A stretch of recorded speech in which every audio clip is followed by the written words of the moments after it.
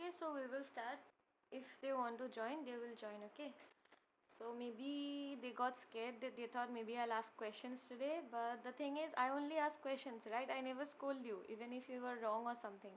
So it's just to make your concepts clear that I told you to read about TB. So if you read a small topic each day, so it will be clear for you. And if we go through the question and answers, so it will be easier for you in the exams. So let's start, okay? So you all have read about TB? Did you read about TB? Or it's okay even if you have not read, you have a brief idea of it. So when we go through the question and answers, so I hope it will be clear for you, okay? So okay, the first question, okay, I want answer from only 4 are there, so I want answer from 4 of you, okay? So tell me, what is the agent that causes TB or tuberculosis? Okay, option A is virus, option B is bacteria, option C is both A and B, option D is fungi.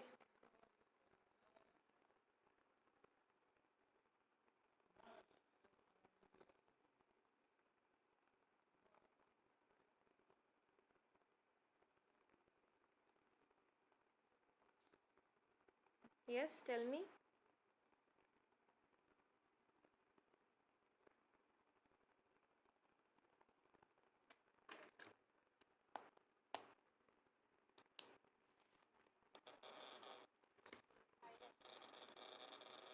Virus, okay. The next, others. Sanjana, Jugal, Mosam, tell me. Virus, bacteria, both A and B, or fungi?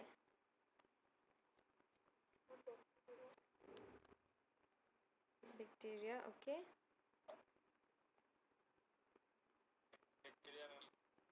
Bacteria. Okay. So the correct answer is bacteria. Okay. So no problem. It's like it's caused by the agent Mycobacterium tuberculosis. Okay. So which is a kind of bacteria.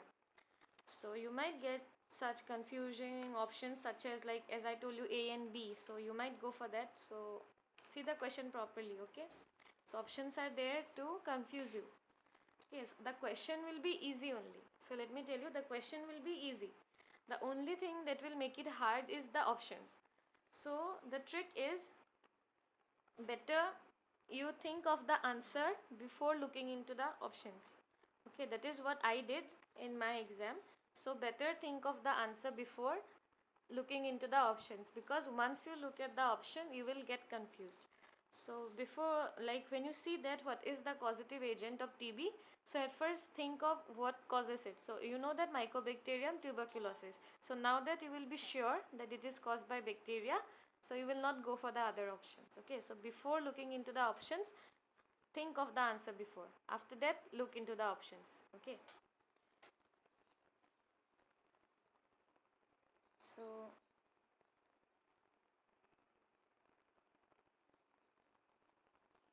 next, what are the sources of TB? A. Human, B. Bovine, C. Both A and B, D. Canine.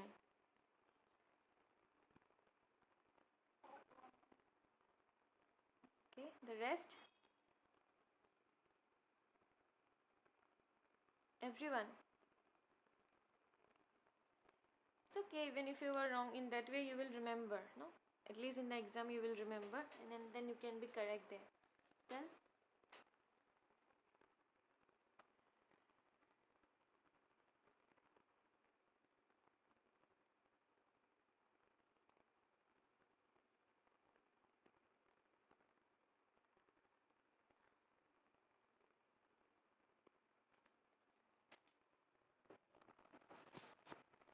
human. Okay, the rest,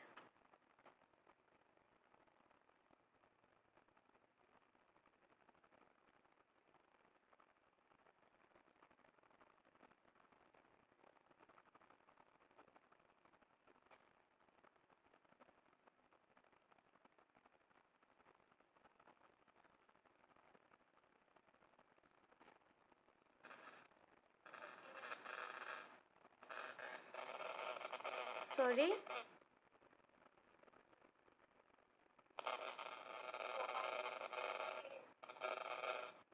Bovine and human. Okay.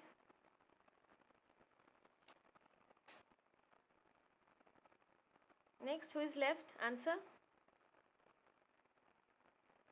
Omem, you are there? Omem Sibo, you are there? Yes, ma'am. Okay, so there is a question. Okay, so the question is what are the sources of tuberculosis? Option A is human, option B is bovine, option C is both A and B, and option D is canine. And A and B. Yes. Oh, sorry. And I. No, actually you were correct. It's A and B only. It's Yeah. human and bovine. Okay, both human and bovine are the sources of TB. So how bovine animals means the animals such as cows, okay, goat, horses, this comes under your bovine animal. And then there is your canine animal, which are your cats, your dogs, these are the canines. Okay, so bovine animals, how bovine animal can transmit it? Maybe through the infected milk. Okay, now bovine animal usually they do not bite like the canines. So how you will get the infection is through their milk. Okay, if a cow is infected with tuberculosis bacteria and you take the infected milk, so in that way also one can get infected. So the answer is C. Okay, both human and bovine. And there was a question as such, maybe in your sessional also, like I gave the question, canine animals can, sorry, I gave the question as bovine animals can transmit which disease. Okay, so the options were TB, rabies, option B was rabies, option C was both A and B, and option D was polio. So what will be the answer? Bovine animals can transmit which disease? Option A TB, option B rabies, option C both A and B, option D is polio.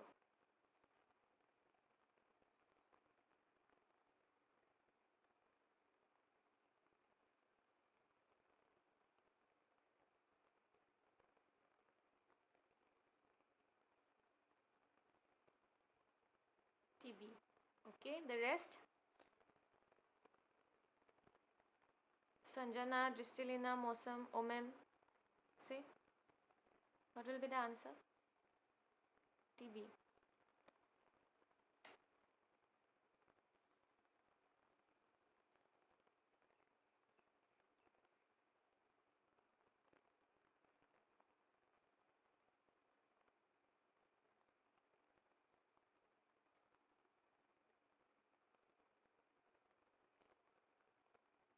TB. Okay. Omem and Mosam, Del, what do you think? What is the answer?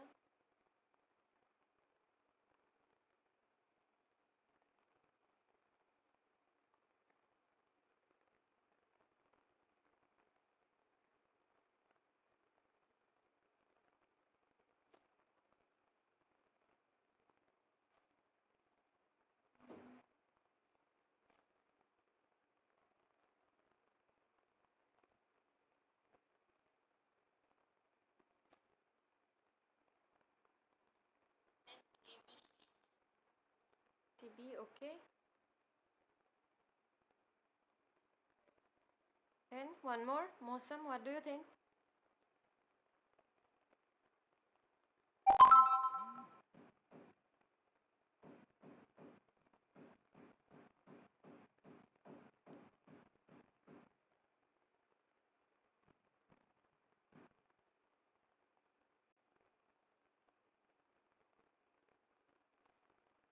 Are you there or not? Are you present?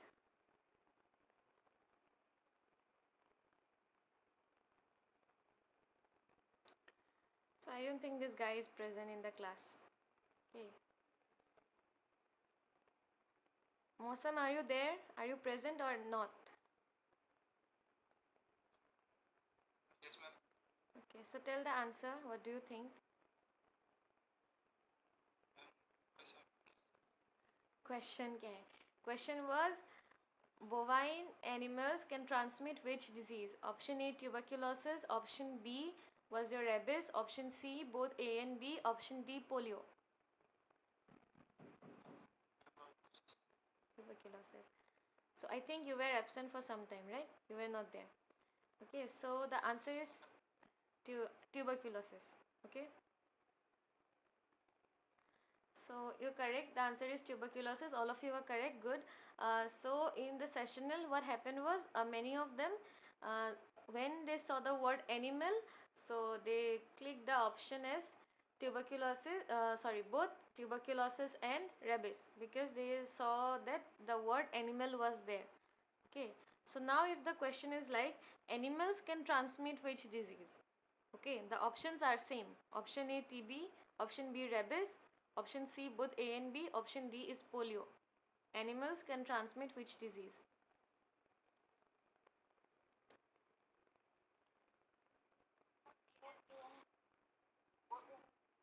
Okay, the rest?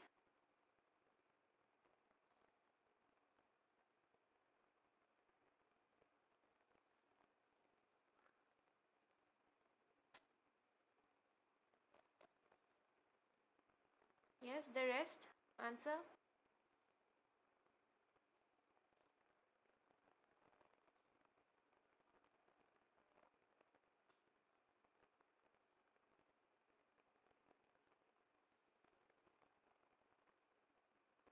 Both A and B. Okay.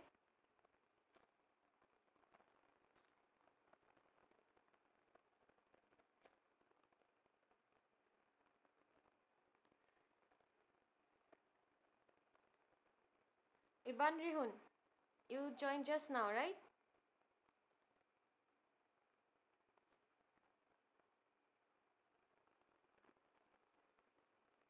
Are you there?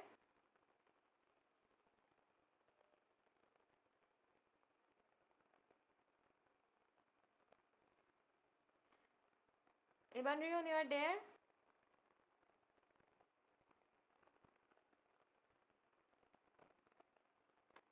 Okay, think so. Absent. I don't know. Okay, so the answer is both A and B. Okay, so you all are correct. So see the question properly. Okay, if you see that canine animals, then you might get these confusing options such as TB will also be there. Okay, so you know that both these two diseases can be transmitted by animal. So if you see the word canine, go for rabies. If you see the word bovine, go for tuberculosis. And if there are no such specifications, you see that only animal is written there, so you go for both. Okay, both TB and rabies. Okay, so there might be such questions. So what is the mode of transmission of TB? Option A airborne, option B droplet infection, option C is fecal-oral route, option D is both A and B.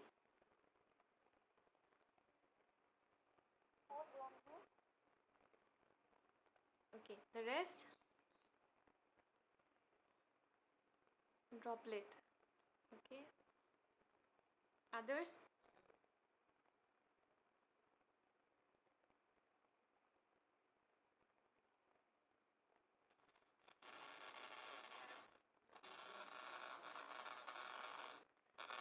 Dristilina, I think there is some problem with your audio. So what you can do is you can drop the answer in the chat box. So that will be also okay. You can do that.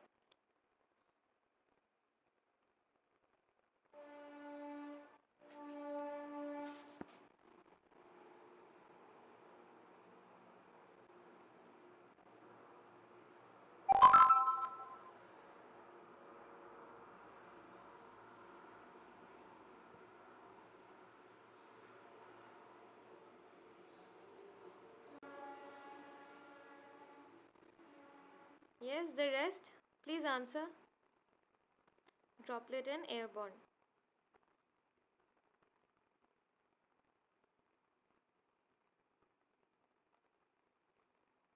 Then rest, what do you think?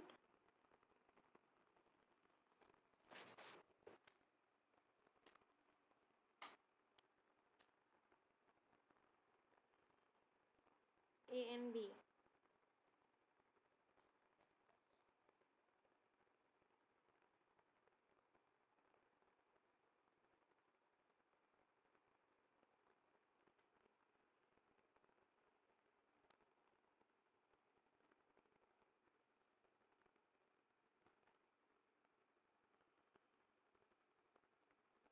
Okay, so the answer is both A and B. Okay, correct, good. It's both airborne as well as droplet infection. Okay, so next.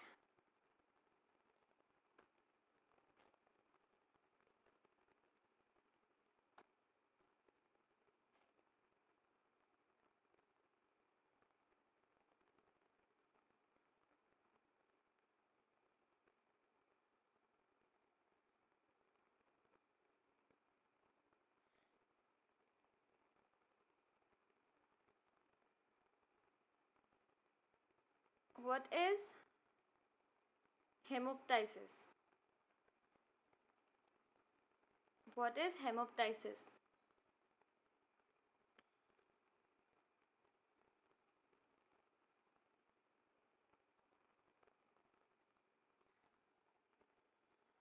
Anyone?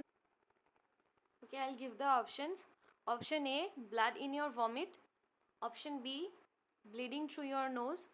Option C, blood with cough. Option D, all of the above. Hemoptysis. Blood. No. Okay, rest.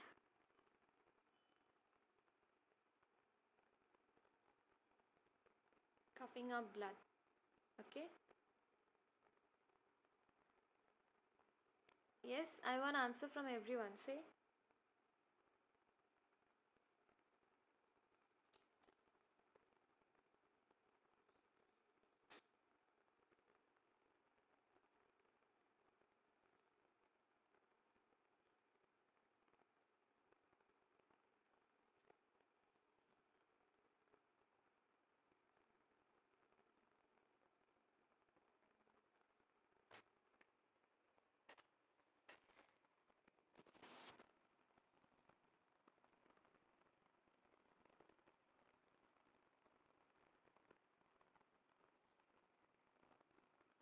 Yes, option A, blood in vomit. Option B, nose bleeding. Option C was blood in cough. Option D is all of the above.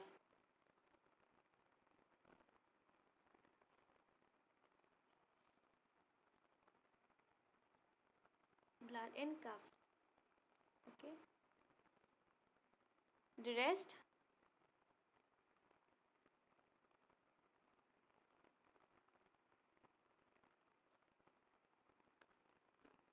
Okay, so you're correct. Okay, the answer is blood in cough. So through this I wanted to say you that if you see that option no, all of the above, so most of the time we have a tendency to click on it. Okay, even I had a tendency that whenever we see an option like all of the above, so we go for it most of the time. So it may not be like that. Okay, so see it correctly. So that is why I said that be sure of the answer, think of the answer first and then look into the options. Okay, so just by seeing the option all of the above, do not go for it.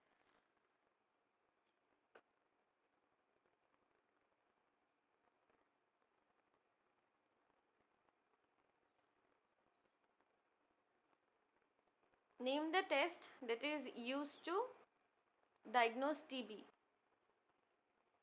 Name the test that is used to diagnose TB.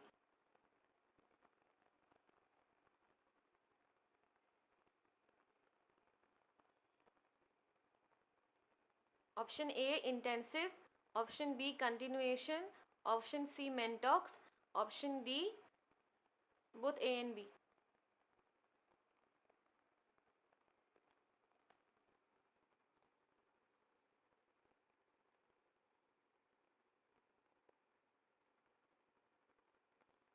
Mentox. Okay.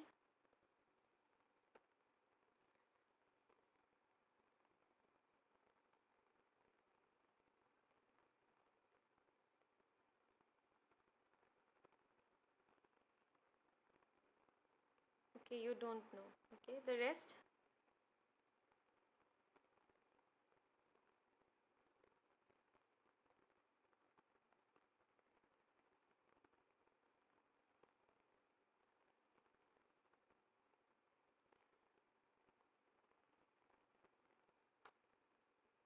C.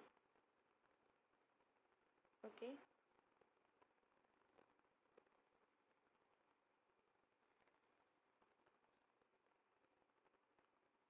C. Yes, the rest. Answer.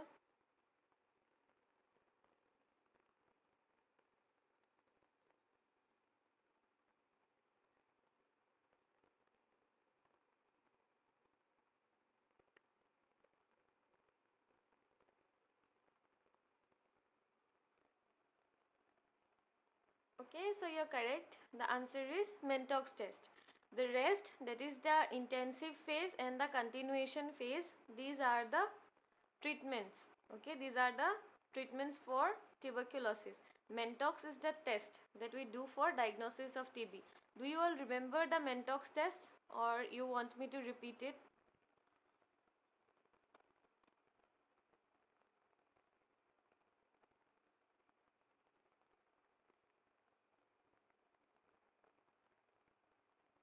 Repeat. Okay, wait.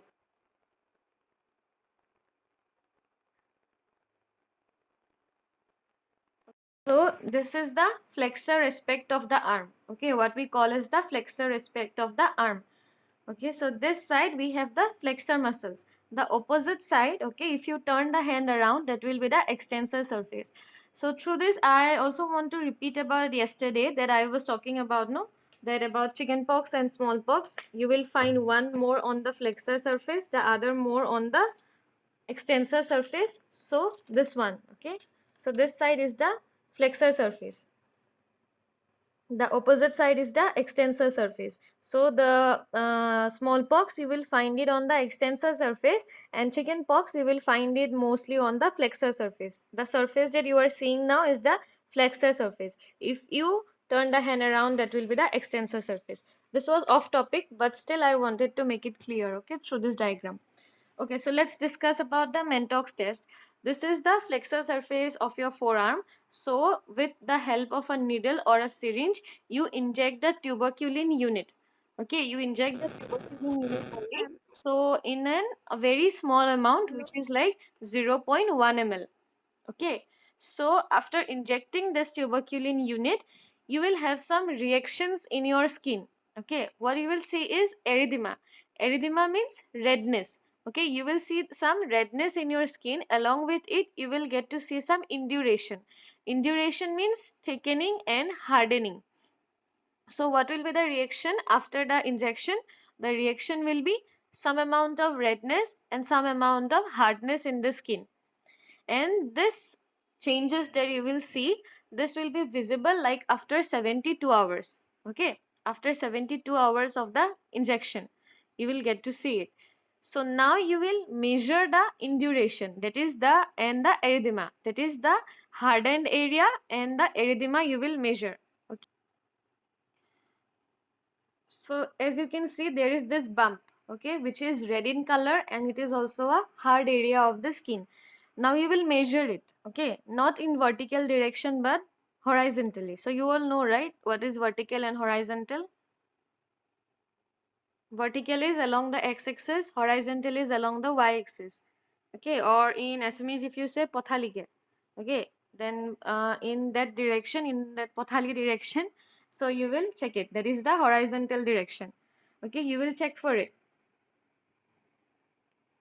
So after checking for it, okay, I'll come back to smallpox and chickenpox. Okay, first we'll talk about TB.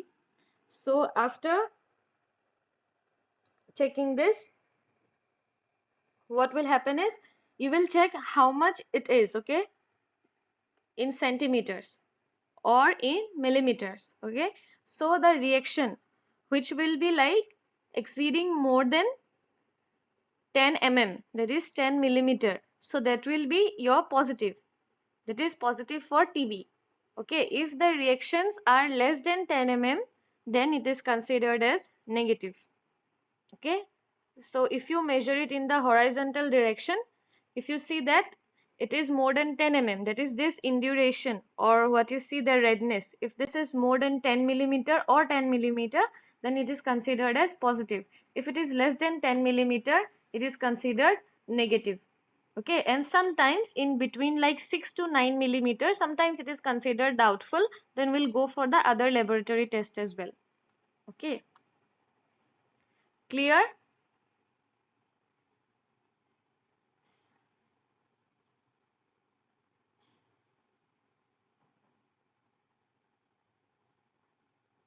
Okay, so this is your Mentox test. Wait, just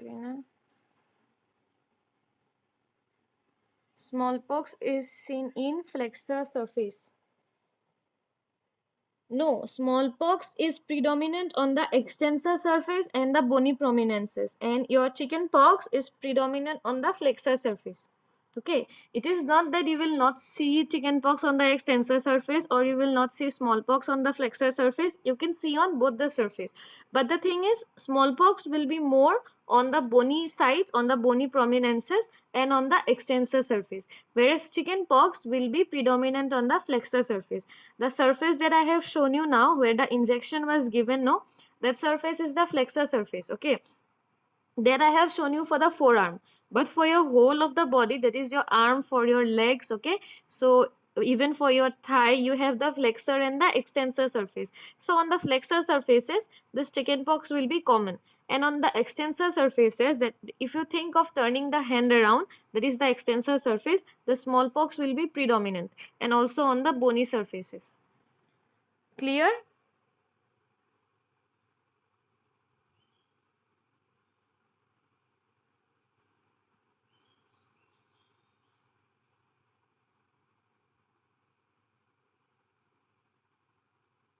Yes, okay.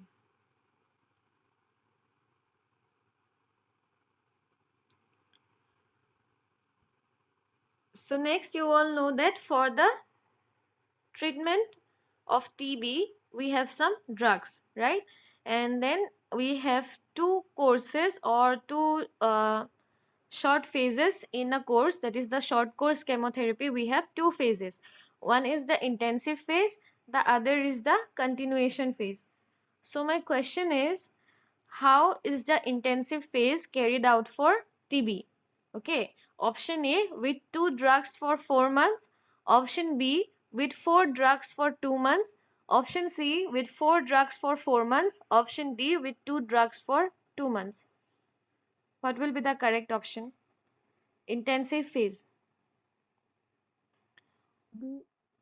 Two drugs for 4 months, four drugs for 2 months, four drugs for 4 months, or two drugs for 2 months.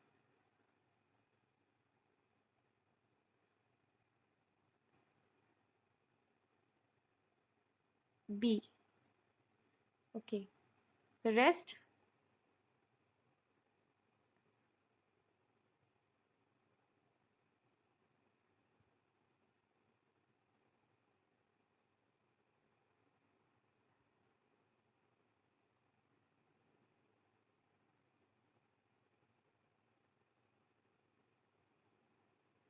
Don't know. Okay. Others?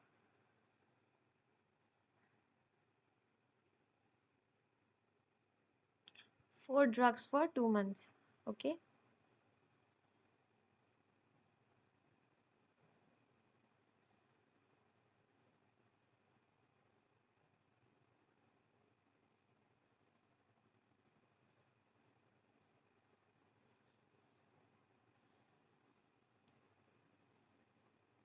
Four drugs for 2 months. Okay.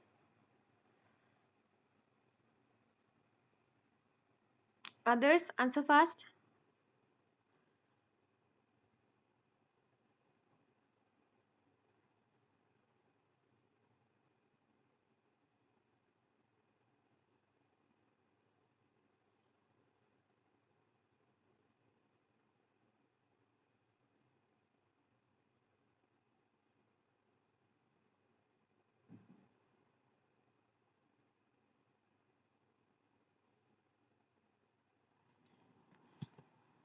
Okay, the answer is 4 drugs for 2 months only. Okay, you all were correct. Good. So intensive phase is 4 drugs for 2 months, and the continuation phase is 2 drugs for 4 months. The drugs are same. Okay, isoniazid, rifampicin, pyrazinamide, and ethambutol. Okay, so these four you use in case of your intensive phase for 2 months, and then in the continuation phase you use isoniazid and rifampicin, these two drugs for the 4 months. Okay, so this is the intensive and the continuation phase. Then what is the full form of DOTS?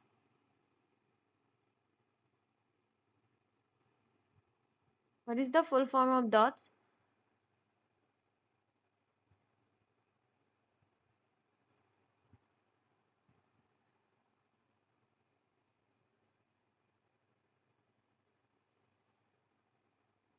No options here. Tell me, what is the full form of DOTS? DOTS.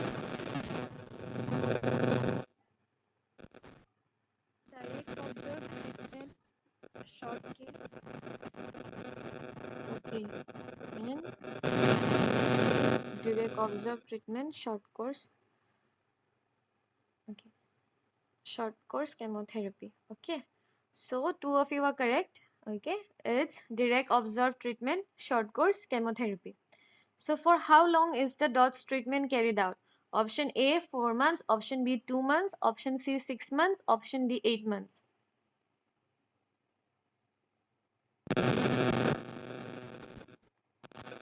6. Okay, the rest C. Okay, others answer.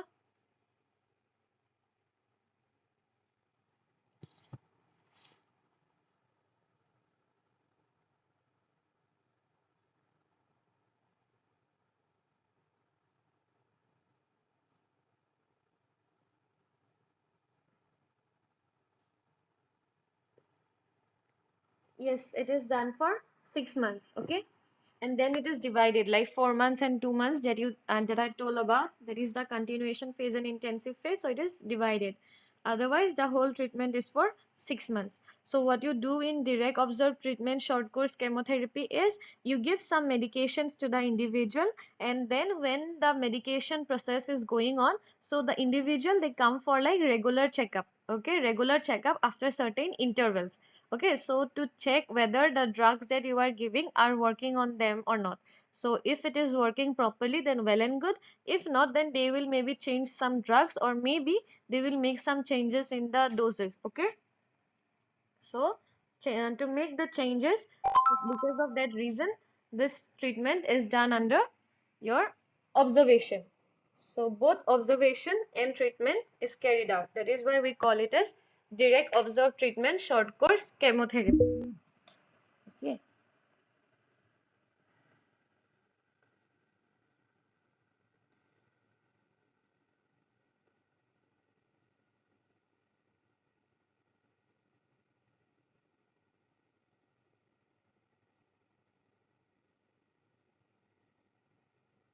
Next is, what is the vaccine that is used for TB? Option A rifampicin, option B isoniazid, option C BCG, option D all of the above. BCG. BCG.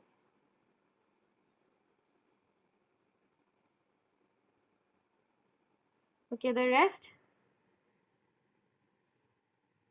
BCG. BCG. Okay, Ibanrion, you are there. I was calling you from that time and you were not answering. I thought you were absent and I was about to mark you absent. I didn't hear, ma'am. Okay, that was just after you joined the class. Maybe network issues, I don't know, but it's okay. The rest? BCG.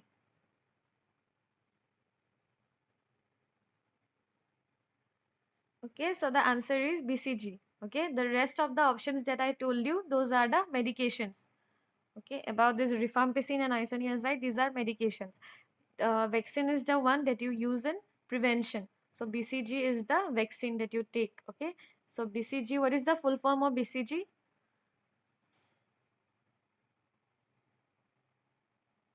What is the full form of BCG?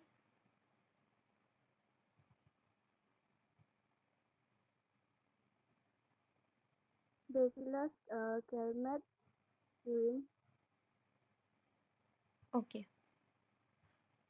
Someone dropped it in the chat box also. Yeah, correct. It's Bacillus calmette-guerin. Okay, why Bacillus calmette-guerin? Because Bacillus, that is the name of the bacteria, and Calmette and Guerin were the French scientists who developed it. Okay, because it is named after these two French scientists. Okay, Calmette and Guerin. So they developed this BCG vaccine. Okay, so this was all for your tuberculosis. So if you keep on revising the topics in this way, so it gets easier for you. Okay. So in exams also, you don't need to prepare in a very different way. So these things will be enough. If you attend the classes and if you read one topic at least a day, it will be enough for your preparation. So next day you can face the question and answers. Okay. So you want me to discuss any topic tomorrow? Any doubts in any topic? Tell me now.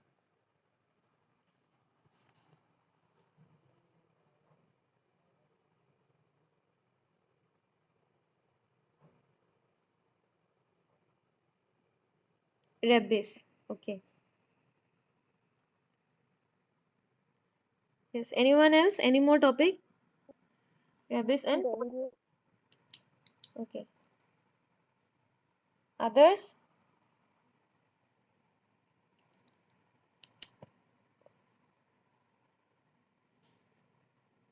Dengue. Okay. Rabies, dengue, polio, and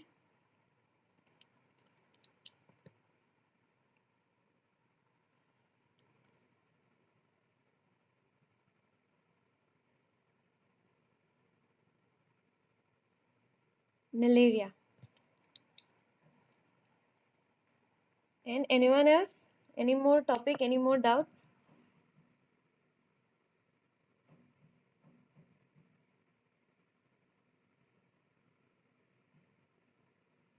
Okay, do one thing. This class will end. I think so. The 45 minutes limit is over.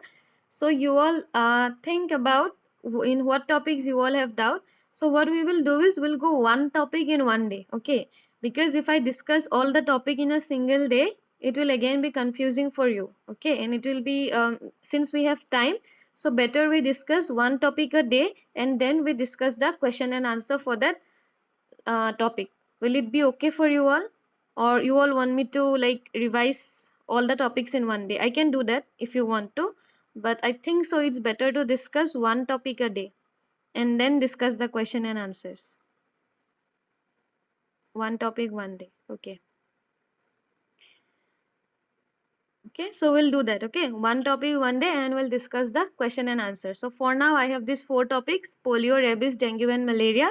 If you have any more topic, let me know. Okay, so we'll discuss in that way since we have time. Okay, so we'll discuss polio tomorrow. You all also go through it once. Okay, maybe you have some doubts in polio also. So we'll discuss polio. We'll discuss the question and answers. You also go through it once. Okay. So we'll wind up the class.